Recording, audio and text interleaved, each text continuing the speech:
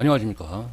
자, 세종시 토지 정보 통해서 여러분들께 정보를 드리겠습니다. 자, 여러분들도 누구나 할 것 없이 이 토지에 관심 있는 사람들은 다 알고 있는 사실이나 실질적으로 고객님들하고 이렇게 대화를 해보면은 약간씩 견해 차이는 있더라. 그래서 여기에서 체류형 쉼터와 농막 이 기준점을 가지고 음, 어, 완벽하니 좀 정리를 해드리겠습니다.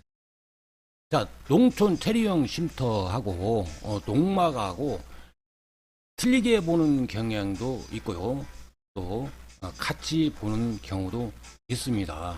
근데 이 또한 설치 가능 대상자는 누구냐라고 보면은요, 농지 소유자 또는 임차인이 실질적으로 영농을 목적으로 함에 있어서 이 농촌 체류형 쉼터나 농막을 설치를 할 수 있다, 이렇게 보시면 되겠네요. 체류형 쉼터는 10평 이내고요. 농막은 6평 이내입니다. 약간의 지자체에 따라서 틀릴 수는 있지만 거의 맞을 것이다, 이렇게 생각하시면 되겠고요. 사용 목적은 영농 활동에 필요한 시설물이기 때문에요. 임시 숙박, 또 상시적으로 거주를 한다든가, 또 전입신고를 한다든가 하면 안 돼요. 또 이에 일가구 2주택으로 들어가지 않는 그 이유도 되겠죠.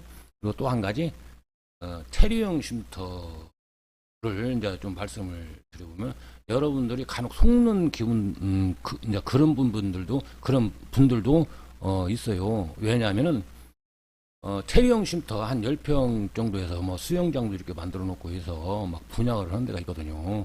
자, 그것은 분양을 한다는 목적은 무엇일까요? 자, 펜션 개념으로 해서 수익성을 가질 수 있다, 이렇게 광고를 하는 경우도 없지 않아 있어요. 그러나 절대 숙박 시설을 허용될 수가 없으니까 불법이다, 이렇게 생각하시면 되겠어요. 이제 그런 얄팍한 광고에 여러분들이 현혹돼서 분양을 받는다든가 해서 피해를 입는 경우가 있는데요. 절대 안 된다.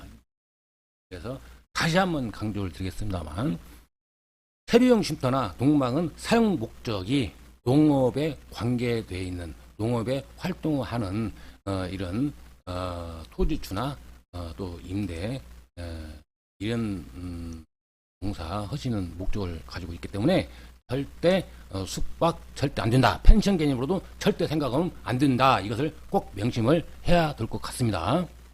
농지 전용 허가는 사실은 필요가 없습니다. 그리고 여기에 따른 정화조, 오수 처리 시설, 이런 경우는 2023년도 농지법 개정이 되기 전에는 뭐 이랬다 저랬다, 예를 들어서 그 논란 소지가 꽤 있었죠. 사실은 또 법적으로 안 된 것이 기본이었고, 그러나 2023년도 농지법 개정 이후로는요, 이 체류형 쉼터나 농막은 정화조, 오수 처리 시설을 할 수가 있습니다. 예. 그러나 그렇다고 해서 상시 주택처럼 사용하면 또 불법으로 보는 경우도 있다, 이렇게 볼 수가 있겠네요. 그리고 이제 건축물은 이제 그 콘크리트를 기초로 해서 하는 것은 이 또한 불법일 가능성이 많다. 한 예외가 있죠. 이 시설물을 고정시키기 위한 기초, 이런 것은 콘크리트로 해서 하는 것은 인정을 할 수가 있습니다.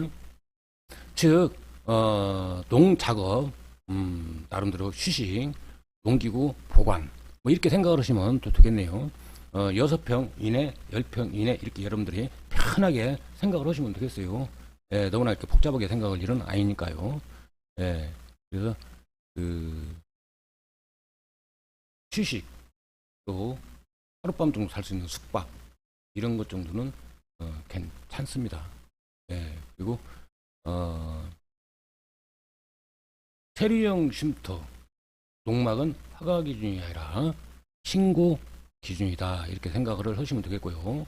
원칙적으로 이제 그 농지 전용 허가 대상은 아니다, 항상 얘기를 하지만 그 목적 무조건 영농을 목적이 명확히 해야 된다. 농지법 위반 소지 있으면 문제가 된다. 그런 것이죠. 그러니까 농업에 관계되어 있는 일을 하면서 그의 합당한 시설물로서 사용을 하고 있냐 이걸 보는 것이지 말하자면. 예, 그러나 다른 목적이라고 보면은 이거 주택 개념으로 본다. 또 다른 쪽으로 이렇게 본다라고 보면 좀 제재가 들어올 가능성이 있다. 이렇게 보면 되겠어요. 그리고 이 농지법 행정 그 법령을 보면은요. 왜 내가 이런 말씀을 드리는 거니?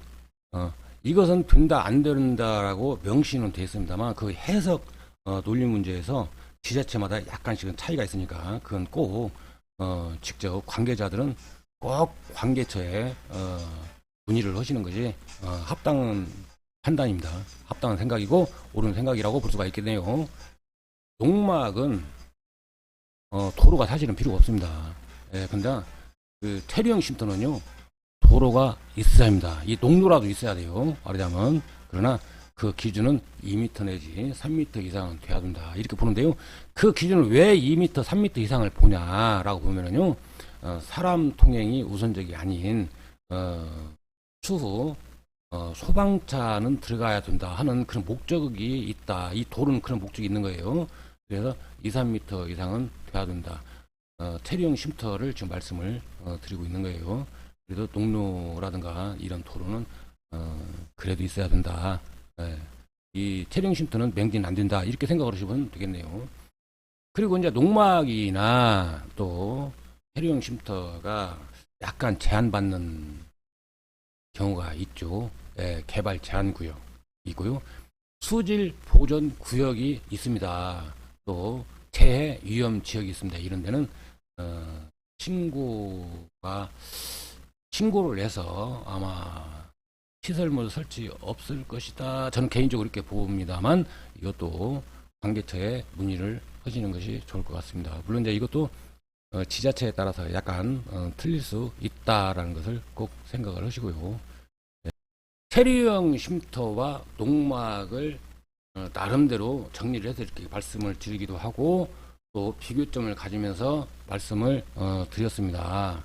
자, 여러분들 여러분들도 알고 있는 사실이지만 약간의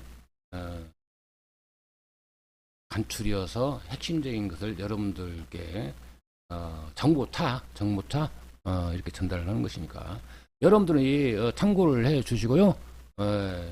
꼭 이런 핵심적인 기본적인 것은 알고 가는 것도 괜찮을 것 같다 이렇게 생각을 하시면 되겠습니다. 자, 세종시 정보 통해서 좋은 정보라고 이렇게 말씀을 드리고 있습니다.